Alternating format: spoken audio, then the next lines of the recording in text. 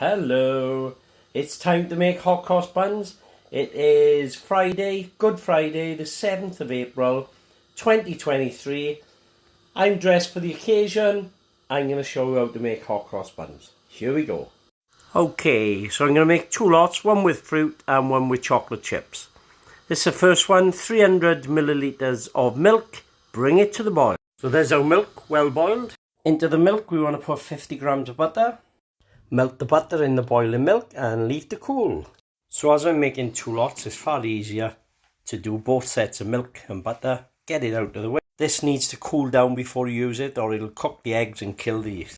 So in the mixing bowl, I've got 500 grams of plain flour, strong flour if you can get it, a teaspoon of salt, 75 grams of caster sugar and a packet of dried yeast. If you can see, but I put the salt one side and the yeast the other side. Try not to get them together because it will kill the yeast before you mix it all. I'm being lazy today and mixing everything in my KitchenAid with the dough hook. So make a well in the centre and let's get that milk and butter into the centre. There you go, it's nice and cool, so it's in the centre. Let's mix it up. We've also added one beaten egg. Don't forget the egg, it's very essential.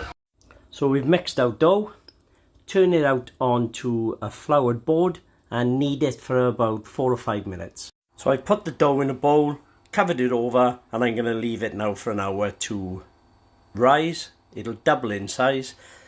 While I wait for that, I'll get on with the other one. So both the doughs are in the bowl and they both rise in. As you can see, that one's going a lot quicker because it was the first one I did.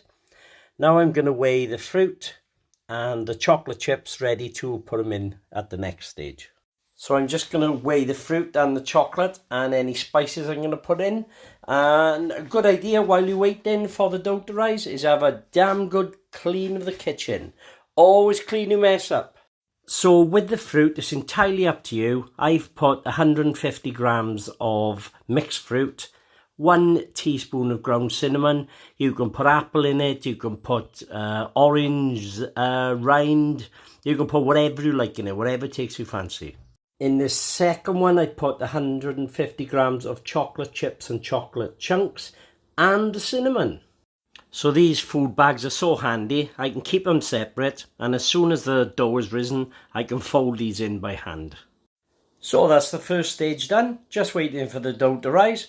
Follow me for part 2.